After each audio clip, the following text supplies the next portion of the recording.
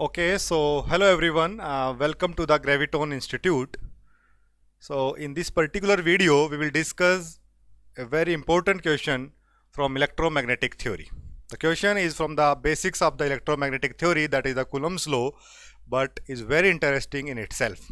So first let's write down the statement of the question and then we'll discuss it. Okay, so write down, suppose three positively charged particles are constrained to move on a fixed circular track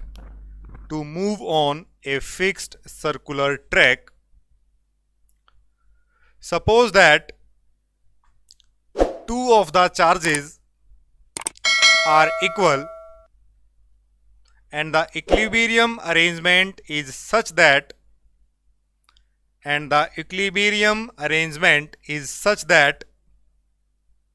these two charges are 90 degree apart.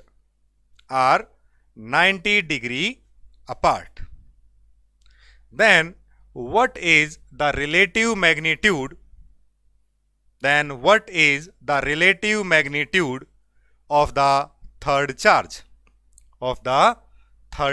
Repeating the statement once again.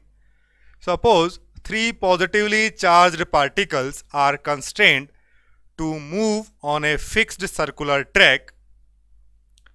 Suppose that two of the charges are equal and the equilibrium arrangement is such that these two charges are 90 degree apart. Then what is the relative magnitude of the third charge? Okay, so इस arrangement को मैंने यहाँ पे draw किया है. These two are the equal charges which are apart by 90 degree. So this angle between Q and Q is 90 degree and we have to find out the relative magnitude of this Q such that the equilibrium arrangement will be there. And the important statement in the question is the charges are constrained to move on the circular track only. कि charges जो हैं वो सिर्फ circular track पे ही move कर सकते हैं. इस सिचुएशन में हमें इक्विलिब्रियम अरेंजमेंट बताने के लिए कि कब इक्विलिब्रियम अरेंजमेंट होगी, उस सिचुएशन में what is the value of this q in terms of these q. अब ऐसी ही सिमिलर प्रॉब्लम आपने जरूर की होगी, that is the angle between these three charges are 120 degree each. जब इन angles between these two charges 120 degree, इनके बीच में 120, इनके बीच में 120, तो उस केस में हम कहते हैं कि the magnitude of this Q will be equal to this Q. ऐसी प्रॉब्लम हमने की हुई है. But in this case the angle between these two Q is not 120 but it is 90 degree. Now see how the things will change. Okay, so हम चाहते हैं कि इस प्रॉब्लम के साथ साथ हम और सारी प्रॉब्लम्स को भी जस्टिफाई कर लें. किसी भी पर्टिकुलर एंगल पे गिवन हो चार्जेज, चाहे फिर 120 पे हो, चाहे 90 पे हो, चाहे 60 पे हो, तो ऐसे किसी भी एंगल्स पे अगर हमें कभी गिवन हो तो हम एक जनरलाइज सा क्वेश्चन इसको बनाएं और एक जनरलाइज फॉर्मूला बना के उससे सारी चीज़ें वेरीफाई अपनी कर लें. इस केस के लिए हम क्या करते हैं कि let us suppose angle between them which is given 90 degree. So उसको हम बोल देते हैं कि say it is 4 theta equal to 90 degree. मतलब थीटा में जनरलाइज करने के लिए हम ऐसा कर रहे हैं. इसको 4 थीटा भी क्यों कहा, क्योंकि हमें जरूरत पड़ेगी पर्टिकुलर एंगल्स की, तो वो 2 थीटा हो जाएंगे. एक परपेंडिकुलर यहां से लगाएं तो that should also be written well. और अगर थीटा भी लिखा जाए so that will be 22.5 degree. तो मतलब थीटा तक ही जाएं अगर जाएं तो अदरवाइज थीटा ही लिखते तो थीटा बाई 2, थीटा बाई 4 वो थोड़ा सा कॉम्प्लिकेटेड बना देता सिचुएशन को, तो इसलिए हमने इसको 4 थीटा रख लिया है. ठीक है. नाउ सी, अगर इक्विलिब्रियम अरेंजमेंट हम चाहते हैं तो क्या करना पड़ेगा. हम चाहते हैं कि हर किसी भी एक चार्ज पे force because of the other two charges that should be equilibrate. क्या हो कि एक चार्ज पकड़िए कोई और देखिए कि force on this charge Q due to this charge Q and force on this charge Q due to this, और एक इक्विलिब्रियम कंडीशन हम वहां पे जस्टिफाई कर सकते हैं. तो इसीलिए लेट अस सपोज हम इस चार्ज को रेफरेंस मानते हैं, से चार्ज नंबर 1, और इसको बोल देते हैं चार्ज नंबर 2, और इसको बोल देते हैं चार्ज नंबर 3, और ये चार्ज नंबर 1 हमारा है ही. So this charge q will obviously experience force because of this and this. So now let's take a perpendicular, and if this angle is 4 theta, so this angle is 2 theta and this angle is 2 theta. This angle is 90 degree, you can write it 4 theta और 90 degree जैसे भी लिखना है, क्योंकि इसकी हमें ज़्यादा ज़रूरत नहीं पड़ेगी, तो जिस एक नॉमिनेशन के लिए हमने इसको लिख लिया है. Okay, now if this is r, this is 2 theta, so it is equal to r sine 2 theta. ये मैंने क्यों कैलकुलेट किया? क्योंकि जब फोर्स निकालेंगे तो इस डिस्टेंस की ज़रूरत पड़ेगी, और ये अगर r साइन 2 थीटा है तो ये भी हमारा होगा r साइन 2 थीटा. ठीक है. सिमिलरली अगर यहां से हम इसको कनेक्ट करें, क्योंकि इसके ऊपर फोर्स निकालना है ड्यू टू दिस, तो ये डिस्टेंस भी हमें चाहिएगी. सो इसलिए let us take this. Okay, तो ये डिस्टेंस भी मुझे चाहिए. Now see what is the angle between this and this. ये एंगल हमें कैलकुलेट कर लेना चाहिए. सो हमें पता है कि अगर हम डायमेट्रिकली एक लाइन प्लेस करें, so this angle is 90 degree, this is 90 degree, it means 180 degree, 180 degree. So out of the below 180 degree, 90 degree is this one, so remaining one is 90. So this is 2 theta, this is 2 theta, and this is 4 theta which is 90, this is 4 theta which is 90. So the angle between this and this is 6 theta, is 6 theta, that is 135 degree, right? So if this is 6 theta, now we are in the condition to calculate these angles. Now see, if this is 6 theta, these two sides are equal, it means these two angles will be theta and theta. देखो भाई, इसका और इसका 180 होना चाहिए. Out of that one this is 6 theta, so these two will be equal, opposite equal sides हैं, so these angles will also be equal, so this will be theta and theta. Okay, similarly अगर आप यहाँ से यहाँ भी लगाएंगे तो वो भी थीटा और थीटा ही बनेगा, लेकिन हम रेफरेंस मान रहे हैं इस चार्ज को, तो इसलिए और ज़्यादा कॉम्प्लिकेटेड करने की ज़रूरत इसको नहीं है. Now see, if this is 90, this is 2 theta, so this will B 2 theta and this will also be 2 theta. So now अब हमें देखना है कि फोर्सेस कैसे लगेंगे और कैसे उसको रिजोल्व करेंगे. ओके, नाउ से force on charge q due to this, that will be F13 and that will be in this direction. So here it will be F13. F13 ऐसा होगा. Now if this angle is theta, so we can resolve it. This angle is theta again. So if this is F13, so this will be F13 cos theta, and the perpendicular to it, it will be F13 sin theta. देखो ध्यान से देखो, ये बड़ा crucial point है. अगर ये F13 है, so angle between these two is theta, so ये theta हो जाएगा. If this is theta, this is theta.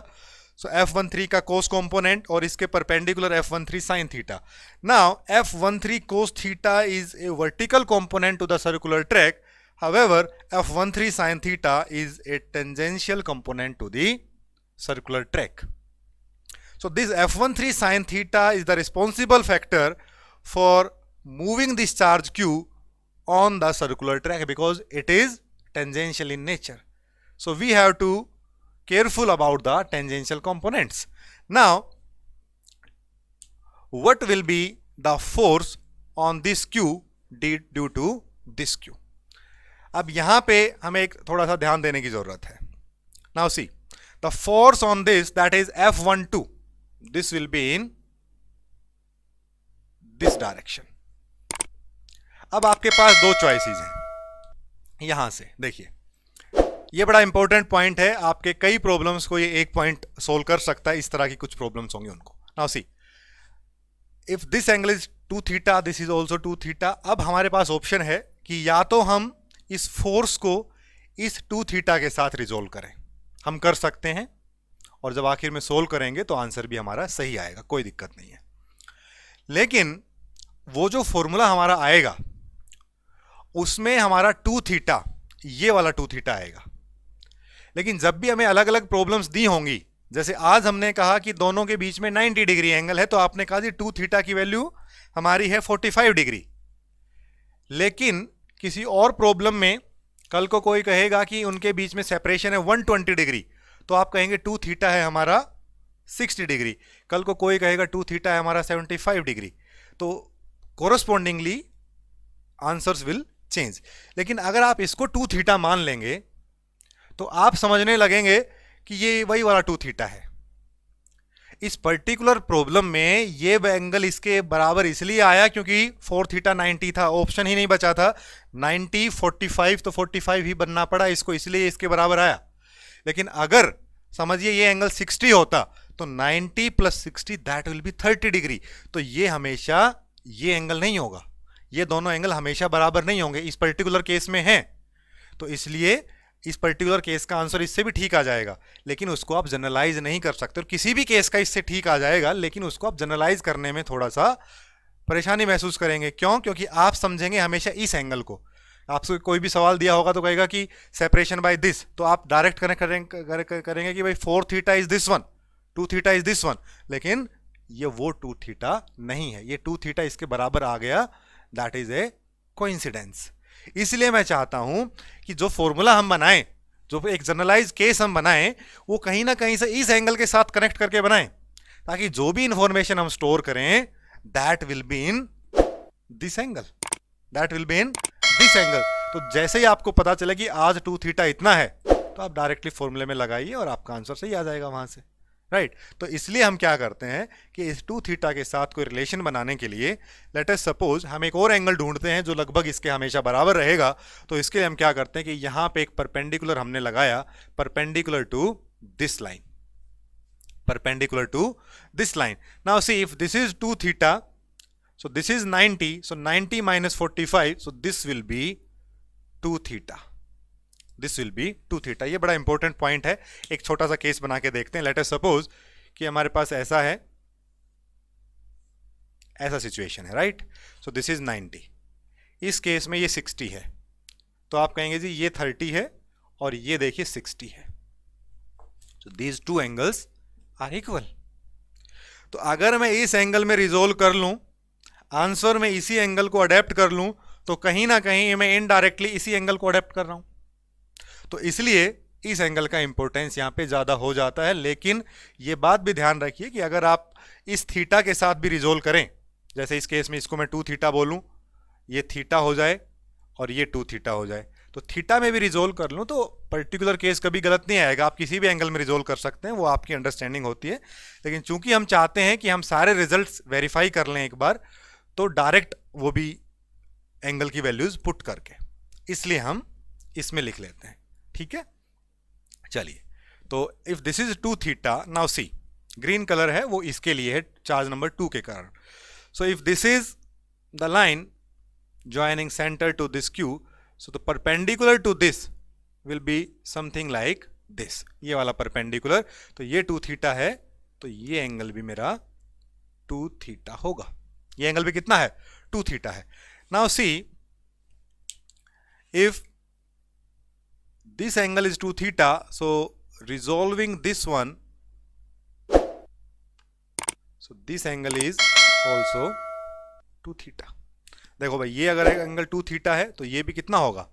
2 theta होगा। इन दो लाइंस के बीच में 2 थीटा है, सो इन दो लाइंस के बीच में भी 2 थीटा होगा। Now if this is F12, so this will B F12 cos 2 theta, this will be F12 cos 2 theta, और इसके एक जो परपेंडिकुलर होगा that will be F12 sin 2 theta, this will be perpendicular। थोड़ा सा इधर आएगा, लेकिन मैंने इसको थोड़ा इधर इसलिए किया ताकि इसके बीच से ना आए, to avoid confusion. But angle between this line and this line will be 90 degree, तो थोड़ा इधर समझेंगे इसको, ठीक है। So this component is the vertical component F12 sin 2 theta because of this Q. F13 cos theta, this is the vertical component, this is the vertical component which are in the outward direction from this circular track. However, f13 sin theta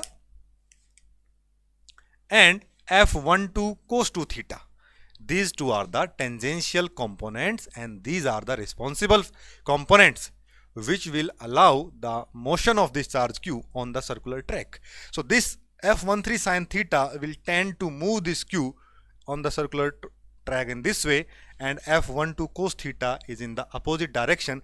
So if we can cancel out or equate these two, f13 sin theta and f12 cos theta, then we can calculate the value of q. For that value of q, this q will remain stationary on the circular track, because the question states that this q is allowed to move only on the circular track. So these vertical components may be ignored.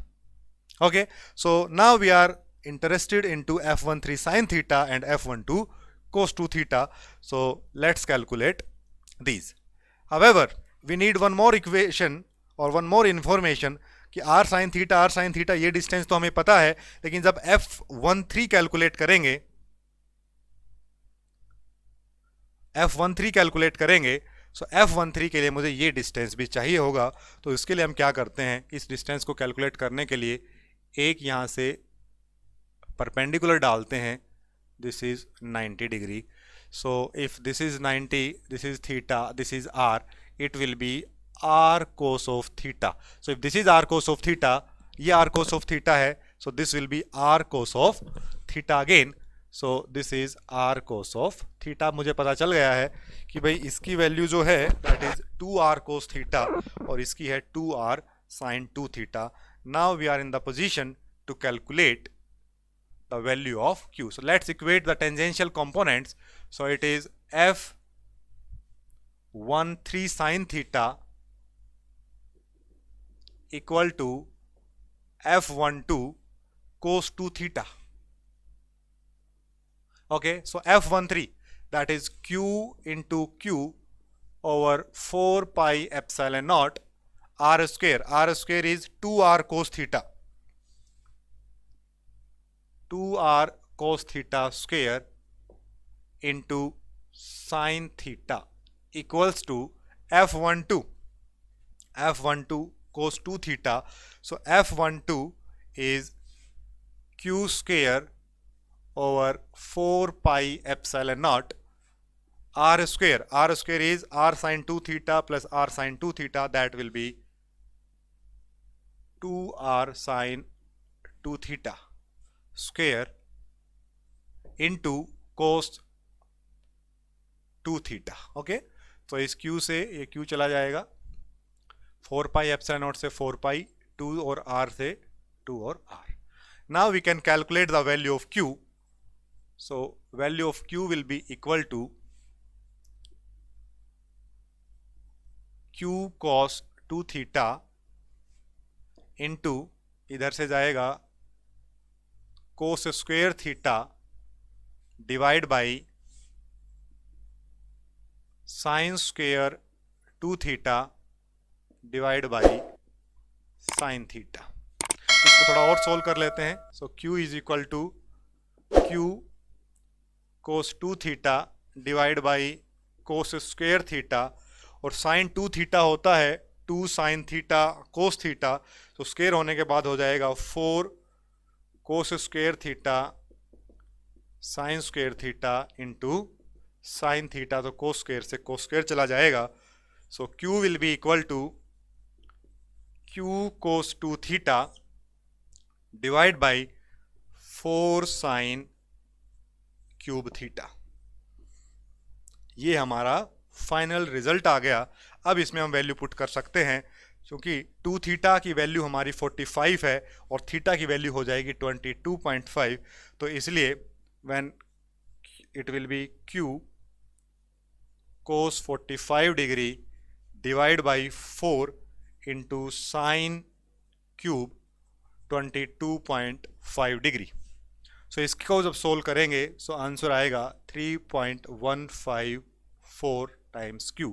So q will be nearly equal to 3q, और you can write 3.15q जैसा भी आपको answer में required है। सो जो Q की value होगी that will B 3 times of Q।